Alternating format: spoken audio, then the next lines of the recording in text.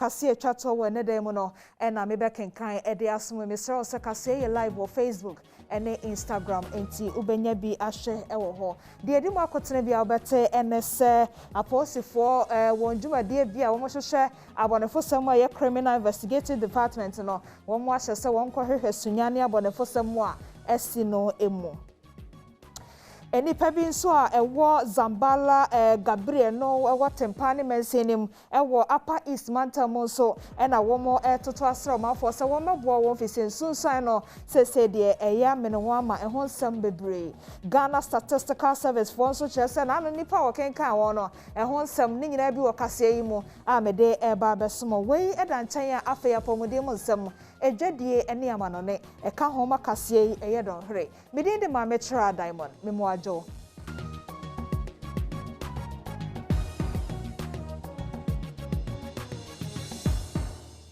me sha kase na se won sam aposifo to wani asiso ewo abonefo sam ne awudi akoso ewo abesima no yekura ewo sunyane wo bono mantam nim na eno na aposifo echese sa amofra mienu ya na ba kwa din frishia dunum 15 years ene dumienu 12 years no na nipa bia kwa kokun wo sunyane no won hyase ohare so enyemu hihwemu. Okay, the latest say the Inspector General of Police, the case now one year of no region, no PID as a Cassiano and Twasso. And a mono so I won their control, Senior Government Hospital also. When you move a mono simply or Embra Police Hospital mock. Now, Bahonum, if you say, apart from 12 and 15 year Kolana one on Asempa yeah, chicha and conformity share freedom. Na nona a fata say a year the police crime laboratory made up of forensic aspect in various fields. The criminal pathologist or police hospital. Can wuti abum no why thorough scientific examination. Yeah, who said and comfortable war freezer anyone. Say you nipa bako and I say nipa mean. Yeah, yes, our forensic we cannot establish that. And no on measure and generally investigation and also. The homicide squad have been able to take over investigations. And one of our capacity, to do all these things that I've mentioned. Now, I have a case because you aside that, so the IGP knows directly the counseling department at the police headquarters, made up of clinical psychologists and others, said they should move in and then assist the families, taking them through psychological exercises and so forth to alleviate their pain. Then a police for also a quarter assignment, they should be cancelled. Generally speaking, the cases on course of CID quarters, everyone was so efficient at the Cuba. Enipa miensa enya kwanhia ewo gumwa mampon na woche awieye entem no wayi won afia ya sabia odi kan de won koye no de waba enkramantam kolebu aya sabia na woche se emu enkron so de sesia no wo da so awo we ne ba trauma aya sabia hono ma wo hwe wampomuden ho nsem de amasafo no enipa bi akwanhia kese a esiye ogumu amampon kwaso wonya won ho edidi mu no wo mumu miensa de sesi ada adokotafo a wo Winneba Trauma Hospital ahyese won fomo enkokolebu ayaresabea emu nkuno de wodeso ewo Winneba Trauma Hospital ho na wo manfo wo honom ensem bi a wo ka che aban ne se wo kwan e wo honom no ezese aban beye no wotretrem esanse akwanhia ya na esi wo honom no aya na edoso dodo double road papa an accident osi wa na special mampon kwido ha anya kra nti ofi akra basen ko elbo onya no double road man na nkrofuru wo kwan dodo mpanyimfo na wodka afodo wo hu nso bia mbua omama ne wonya double road no oba ka accident no do accident president tasipa na sa sama ba fiti tama asemi si we 3 ahe ya fra me ba ya fla omo from so omo fra kaso ya fra kaso ya si ya fra wini ba da omo mbedu da enti oman ya timu sai ni dan na ekọ enti se nipa be wa onwa na momunda kwasita ma den chance amoma ba ambulance egugu ha ya dan ambulance na abaya dem mate ya fa hia ayafa egugu ha ya dan nipa ko nya ne tididi mu ya magi etwemu se akwanhia na wowo mu na oni ne nua bema na ekọ ayefro nanso ne nua bema ne de fofie antwata ebra akwanhia ne siye no na oye nyamedea my brother penyen re na ayefro nti yeroko nti ma me hwehwe mende mu ba me hwehwe mo hwe nda car tenten ko so abobom ma me belika ma na maka kama mo so me be no nti mo bag na de nyampo da wasika no wo Upper East Mantam ne so ensu yira afa omafo bi e wo krobi te se Zambala ene gagbiri no sesia de wo mguso a wode adesrede ene to omafo anim se na no so yiri na etisi impotem ho a sam potem yi e wo tempane mensi mu no sese ade chi ade sanyina na ensu yiri no kwa na ekosoro enti ohia omafo mu a ahai eye gagbiri community na no twetwe mu no adom kase e de na ma ne bo anasa probo ebepie wa ahwe se de ensu no nsansa ode yabre timamufo ewo gagberi community na mede ma probo ebepie mu ha no mahu se ensu no se de last week ye behwe ye no ekonanim eninti ene dai masaba abehwe se de ekwakoduro ensu no still nanimu ana eko eninti ye ne timamufo etwe nkomo abisa won se aso how big and education, and then the poor ladies, they have taken their land. They haven't made any compensation. The economical trees are not being compensated. The land is not compensated. So they are now stranded. The whole 4 years now they haven't farmed. So we are pleading to the government to just come to the aid of these, our old ladies and the school children, and our health. Because they are supposed to even make a food bridge here. They haven't. They were supposed to put a hospital here. They haven't. They have not. They are supposed to sit down and dialogue with us. They did not even dialogue with any person. They went far away to where the wall is, and they were negotiating with someone there. It is not part of Gabwiri. Na omunye damp ni yie na road we na betima alenke ni ama garu ni kubuzamo. Our problem is that the dam that they come and construct here, it has affected us a lot. Some of the maize farms, it has taken my maize farm about 5 acres, and then the road linking from Gagbiri Natenga number 1 to Kuguzuaga as well as Garu Market Square has also taken off. So we are now in an this week, both men and women are running up and down. Farms have spoiled, houses are nearly getting collapsed, and then there is a problem. So as of now, I continue assessment with the disaster with my staff, and we are on the assessment. We are not finishing. You know, Tempane is broad. Tempane is a bit larger than that of Garu. So we are on the assessment process. Ejadifo ewo mokola bonte so na eto nkrama mpanifo se enano ejanu eto abronsan miensem a wo mabedwiregu no ball bia ne ase bia ka bia sesa wosesa no so watwentwen won ase no wa ma won ho anye ha won dwedi a ekoso ewo mpotam ho no ebe ha adwen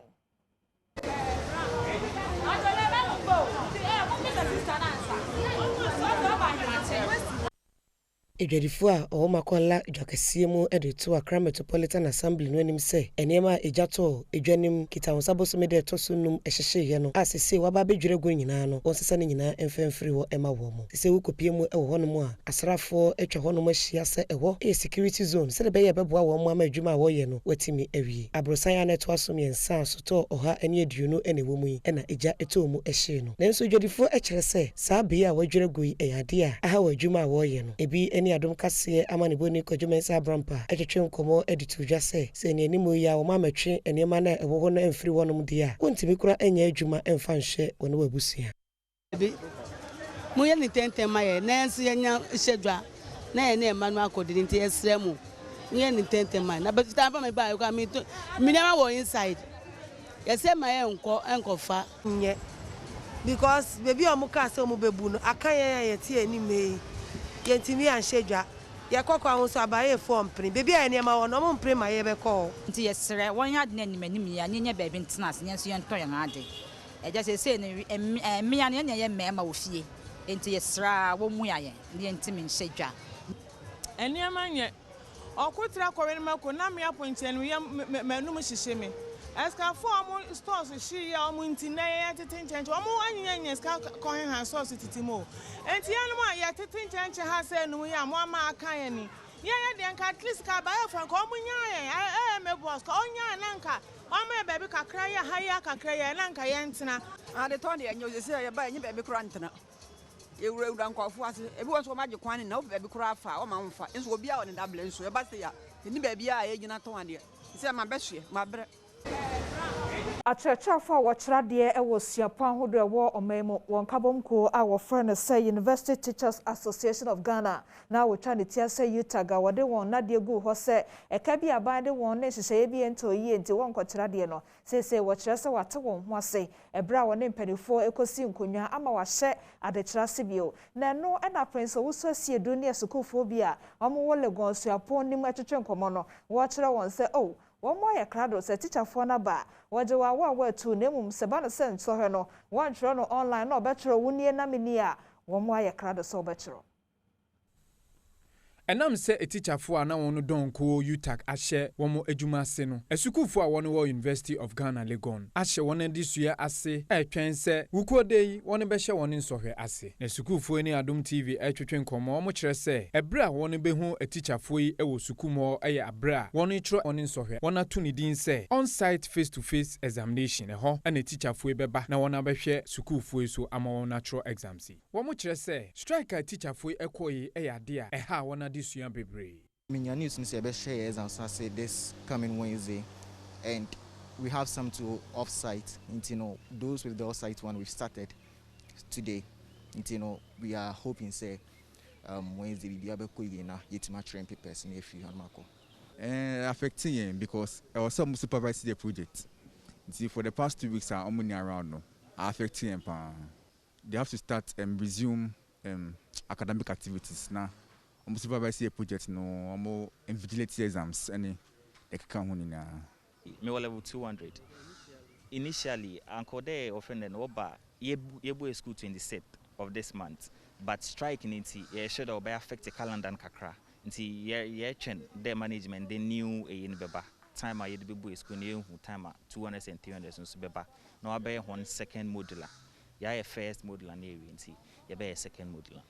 Esukufo bi a wɔn susu ne Adom TV twetwe nkɔmɔ ɛkyerɛ sɛ strike teacher fo ɛkɔɔyɛ no na yɛ ade a na wɔn ani gye ho esan sɛ ɛboa ɛma wɔn nyammerɛ esua adeɛ na wɔn etimi atwerɛ wɔn exams. Yɛ ni agye aboa yɛn cause yɛbɛtumi atwerɛ exams na yɛ free school mo at least we know we would be on vacation nti yɛ ni agye yes. Ɛboa yɛn ma yɛtumi sua adeɛ because of COVID nti na yɛ ɔma compress 13 weeks to like 6 weeks of lectures. Within the strike, we were able to really learn and catch up on a lot of things. West African Examination Council, our Trinity Asawayekano, and after to be the African Education Watch say, an annual assembly of Kafa one who say one more nutrition paper 3 practicals no, a babonte one social children no, Sassam no Caribbean. And no crowd one can can no ame who about better school for new mouthful be so. Enti sadia na one more year no. One so why the one dance here about the chess a year Africa Education Watch for one more chatro.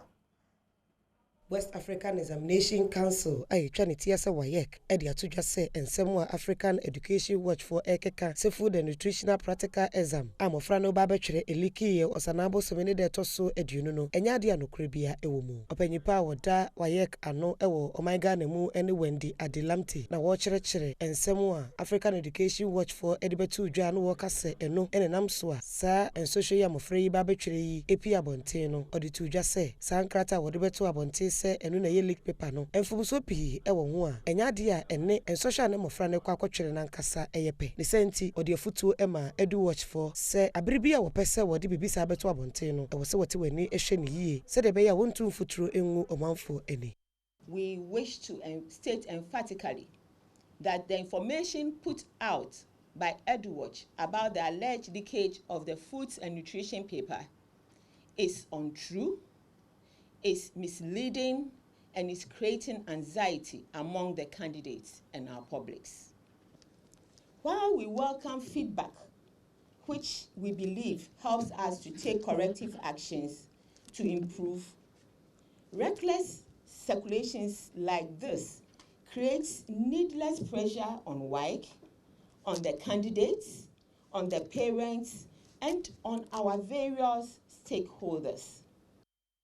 Enwechi obo esukufo yi koko se wonhwe won huye e WhatsApp groups ahodo a owo mu a osusu se sa nkofo no e ma won mu apo ochemu sa ahobambofo se wani abiriye pa a wo hye saafo no nyina ne senti obi bia wo beche wo no e ade se emra no ene obedi esanse waye kadwumayefo e na wogu won hu fi. Activities of rogue websites and WhatsApp groups created purposely for cheating have started again. We have a number of them. The latest one is what you see, Smart WhatsApp. These people are out there. It's a WhatsApp group. They have asked a lot of them to caution all candidates to be wary of the activities of such websites, such as this. They would deceive them and turn their attention from their books.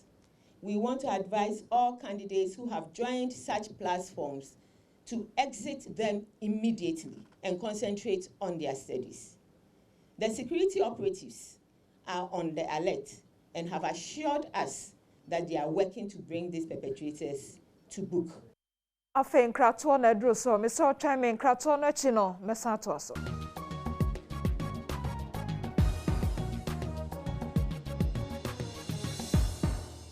Meda se eni adaje no so ne me chana nyimre di bi hwe kase American kan asom we ewo Adom TV so me ka wo se wo kodwa so na opentoma pa entwamu da GTP ebi na wo mama me ya masha ne kama me de kase esom we afa me toa ensem no so e de amount.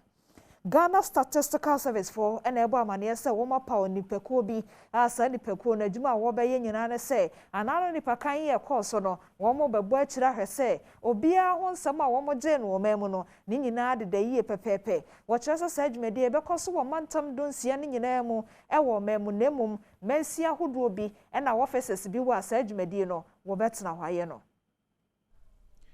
Jumaku a Ghana Statistical Service epaw ye eye jumaku bi a wona enya entite a wona be ye nhwehwemu agye nsem bi afie amanfo e wo mantem saa anamontu bi a wo mutu a nsem bi a nipa bi mu ede to wona nim abra wona share population census na ase no wo mo ayemu nhwehwemu ansa na wona de egu enkrata so.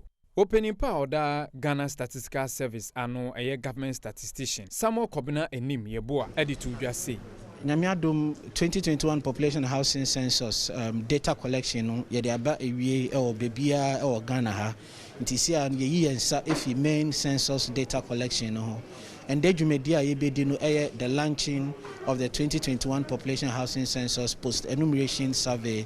The first one is ebema confidence in the quality of the data na yaji during the main census data collection no into operational no sena ye post enumeration survey no ye maninya their bofokase me friend no superiority qualities ye betimi assess responses are ye during the main census. Any responses are ye be during the main enumeration during the post enumeration survey no ye the tutu one ye be hwese nsunsunie wo ma ye we na ye there kind of reconciliation and emba kwan na ye estimate the extent of quality data ye in terms of coverage and content during the main census.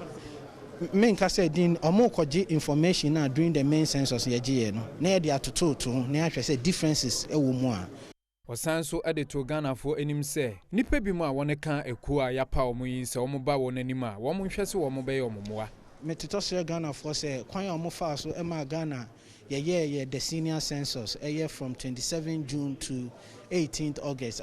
Quality data the better input to our ACA or Ghana. Sa post enumeration survey to touch almost say cooperating with our field officers be bar ID card share your green vest and I to free number no so the better not afraid now picky data just from the period 27th August to 17th September. If inconsistencies is something less than 5% variation, anything with it. It means the level of confidence in the data is more than 95%. We don't anticipate any major variations between this exercise and the other one. But once you exercise now, the data am I in confidence? That's the confidence that we want to repose in the data. Kanem Rashebe Jani de Momafwa a watch yana paga baton pesoso ene abuga pele na abuga pele chese fiasia wadene koto yeno ono de wajidia mapapa said dakodako bitna e ho beda ho ne 80% a ekoba ne sa na we eye de edi kan kora wo fi afiase pie yeno wone ensentrofo na so mafo edi enkita ho na nemu na wachre se ensa wo mafiase akoda yeno no kora wadene nsase ne buka se wo mu adeda hobie no wakonya nsunsuaso papa ewo safo no Enkane NDC Emrashe Bedwania na owo Chiana Paga Abaton Pesua so Abuga Pele Accra High Court afimpino ni dunwotwimu ena wo hye se emfiensia onfa no enkoto afiase akwadua wo de ball no ene se amoman no aboka wabra no ye national coordinator Edema Ghana Youth Employment and Entrepreneur Development Agency ACC eni wo biemu no wo kire se wo ye niema bia amoman no eboka Ghana City opepenan ene akiripo baako wabra Philip Apena Asibit edi nsembi ebetu udwa no osusu se enye nokra o kire se wakwaje foto dollar opepe edusianum edi Free World Bank honomu a ebeboa ama amabunu opepe baako enye adwuma aye ewo manyimu odi abuga pele ekogina court no ebeto udwa se oyemfomso abaako eye fraud ena kwa adunumu a eka ho a wode ebo no nso ene nyina e kire se kwama oman no aboka esenti wo man mfiensia se wonfa nkotwere aban ekokom esanse na wo yare nti kitamosabosumi nim ena abuga pele oyi no aye no presidential pardon agana mampanyi na nadan kwakufuado ede emano kitamosabosumi de toso aduonu baako ena okofi aye na baton pesia Chiana Paga aye wakasena na kana West Bensini ewo etifido epo yemantem emu ebra wo kofi no emebu na wa baton pesia no so ebegu montene anu otwi motorbikes eni abobo ya ede kire wani age se enka ne mrahye bedwani etimi abafie okoshia edomo etise no abuga pele ene omanfo twetwe nkomo ansa na wo kodi kurum na kolo ewo ene wode eto nananom ene omanfo enim enema wo fa mu ewo eniduafi. I was not incarcerated. I was not put in prison. You only put in prison if your mind accepts it, if your mind allows it. I was taken there to learn. The people in prison are my younger brothers, my sisters, and my fathers. Some of them needed help. Maybe God sent me there to help them. Thank you. I became the headmaster of the school that produced graduates. They do distance course from Cape Coast. I was a coach for the football team, the young football team. The number of prison inmates who attended school grew from almost 153 to almost 300 when I was there. I thank God I was able to contribute a small aspect of love to those unfortunate souls there. There will be a day when the media might give me another opportunity to talk about that. Ewu se okade esi wo hode na nso enya de waka de kodie potinti a ema posifo ebekire no odi tu dwa se ogidi ye pa se dachi bi no enukure no eba bededi ama obia. But thank God for my release. I thank the president. I thank the people of Nakolo. I thank all those who were instrumental in getting me out of prison.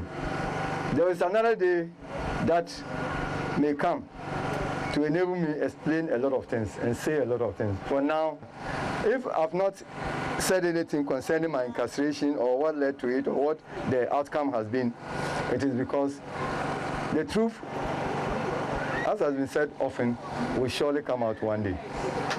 Abuga Pele ebusuafo ekire se wobekire won dehye ede ne koto eniduafie no e yade a eha wo mo pa e wo wabrabo mu ne sese die odanyame ase se Ghana mampanyi na nadan kwakufuado enam ne so na wodi asemi ache Michael Gantara ene ye opanyina a wogina Abuga Pele ebusuafo anamu ekasaye. When our father, brother, uncle, husband, and friend, Honorable Abuepele was sentenced to prison. Our hearts broke. We shed tears and wished the news was a scam. Today, our depleting hope is restored, and we have every reason to be happy and jubilate. We want to use this platform to extend our sincerest and heartfelt gratitude to the President of the Republic of Ghana, His Excellency Nana Addo Dankwa Akufo-Addo, for the presidential pardon granted our dear father.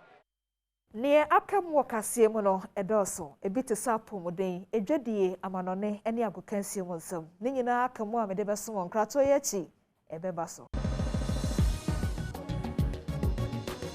Na siana na bigusa mede ema na makai obi oseka say live on Facebook and Instagram enti Adom TV e wosa social media mienu ubenya bi ahwe afeme to aso wo apomodemo ensemo Roman Asafo no ewo pandai a wo fa no St. Kizito Paris na wo mode achede akwakoche ECG ya sabia bia eno ewo empotem honom se na be ye betumi aboa ama sa ya sabia no ne polyclinic ewo ho no apomode ho nsem a wo boa omanfo wo ho no ebetumi akonkan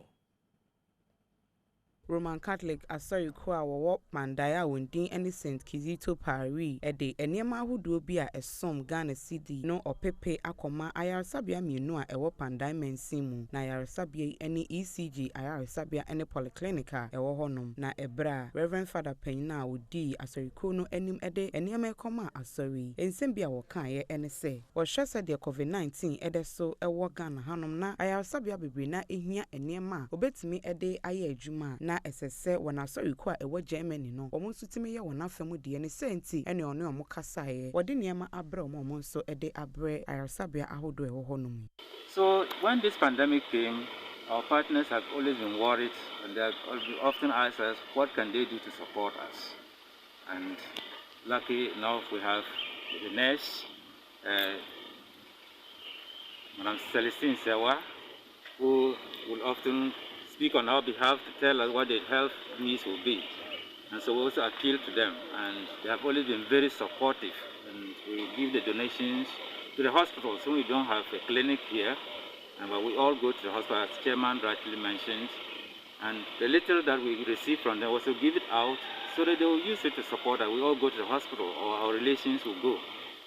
Eniyeme bi awoje ye fidi awode manframa afe ye fidi awode ehwe enipa ho hye ne ho nwunu gloves a adokotafo de hye wonsa afe hand sanitizers nose mask ene eniyema bebra aka na adokotafo mpanyimfo wo ayarsabia mienu nyinada ede wona seda ema asori we wonsem bia odi tudwani hospital, the Evangelical Church of Ghana, and all the staff, and on my own behalf, I wish to express our profound gratitude and joy to the Catholic Church for your continued support. In fact, this is not the first time, and I must confess that at the peak of the COVID-19, we received similar donation, and in fact, it helped us a lot in our service to the patients.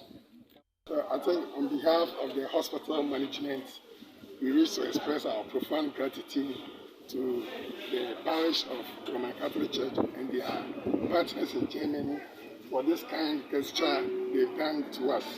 In fact, in this era of COVID, we have been challenged with so many logistics, and I think these items will go a very long way to, in fact, boost the morale of the staff in the hospital and also in the proper handling of our patients and clients. So we wish to express our gratitude to the church.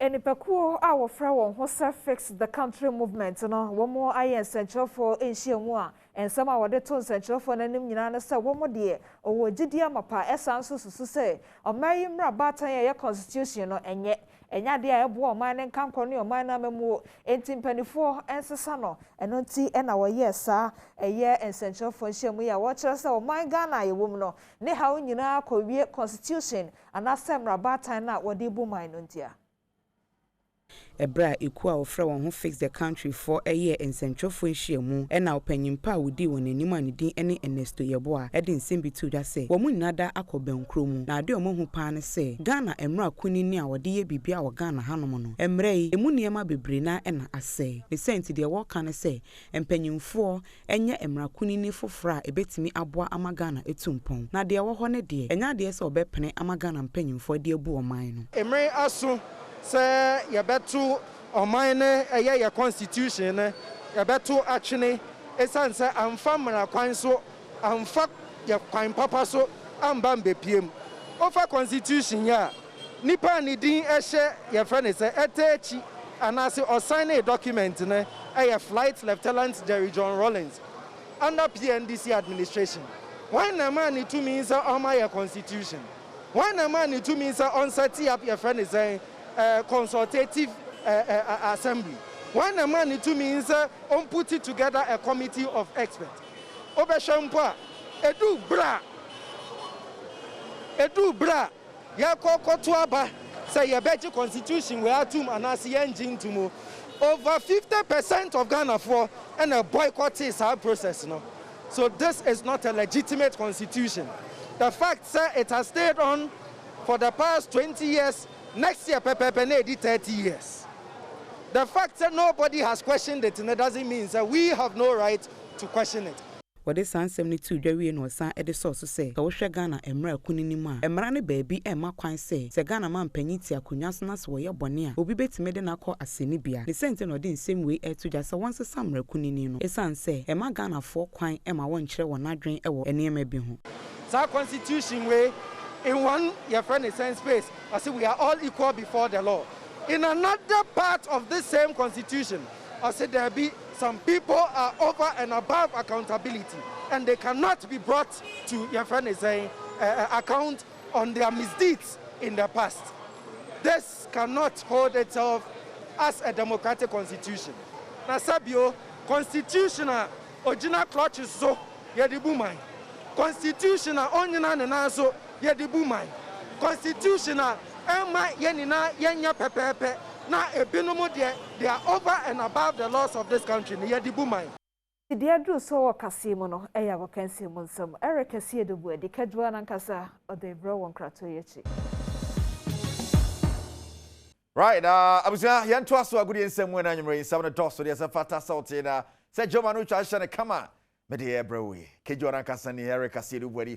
Now, Yerbesha said if the senior national soccer team. The Black Stars of Ghana, one more catch it. Ghana need to be a shady mo say 2022, you bet me a quadget trophy in F Cameroon at the Abba. Coach Odi and Modia Corner or Meka and Chidimomi and Juana was say 7 months in here in Triana. Now, be a person quadget trophy, but not 7 months in Triana. I guess I hear something which is there.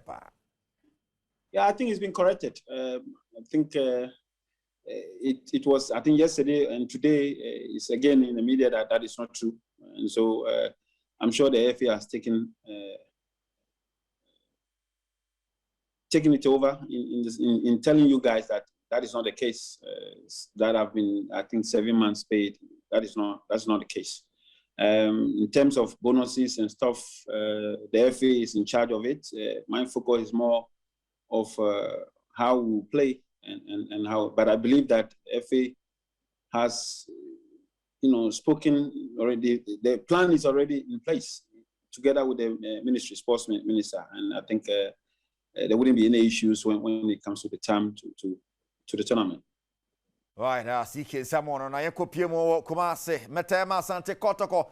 Almost so anymore say Babanya Sports Stadium season be remono o metimesi akan ho yetumu say yesisi o kakra kwakosi san. Repeat chumesi achiri mu say ekonoko enche o mesi akan ho.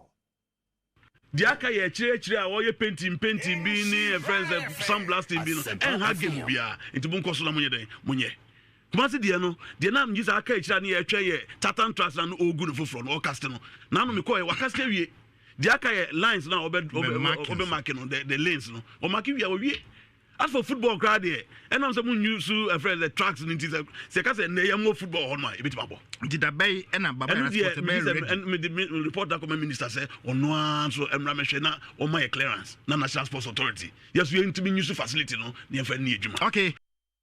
Director General of the National Sports Authority, Peter Chumasino. No. Nenko Pimo wa ashedi katakanana nom. Accra so foku form akache. One more 6 players on my sign monene. On my pom hontoma. Afi social media ne baby a demwa. Omo chese players anyway and you know my Womugwa humboaso ya omo hwe nimu. Se CAF Champions League no. Busumi a ebesimu no ombe hyasie yi.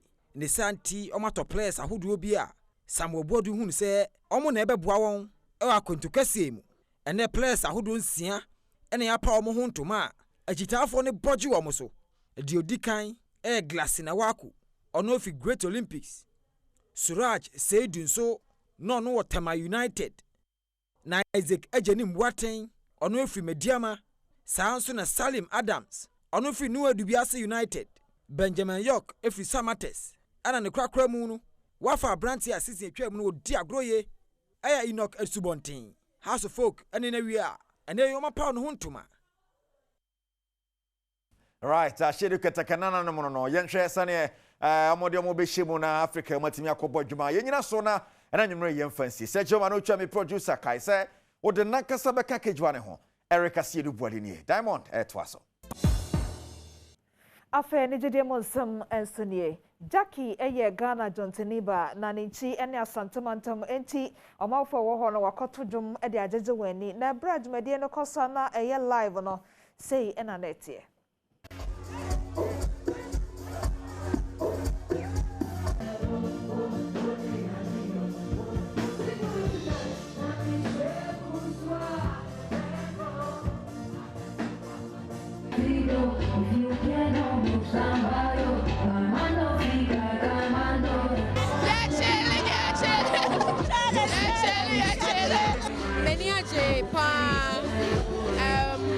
Hope say BBC en koso de bia e wo Kumasi.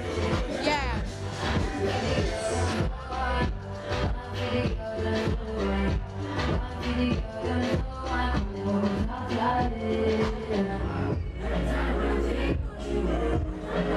Esi enyumwe we no e bro ma adwene menti ase so because na minim se ankofo beba ba na minim se ebetimi aye kese ese enti media me kan say first of all me da nyankopɔ ase second of all obia otu kwai ofri Kumasi omo free outside Kumasi omo ba me show na me be shira obia enyumwe me ene jide mo nsem yeso ena medina de kase anwumre me de so wono so abawieye kase ho adwuma ye fo ye pi wo mo nyina me do mase won so wo de adaje hwe kase bi na me kai o se eye live e wo Facebook ne Instagram no won so na ase kase eye wo de amedin de ma me tra Diamond nyame mayetna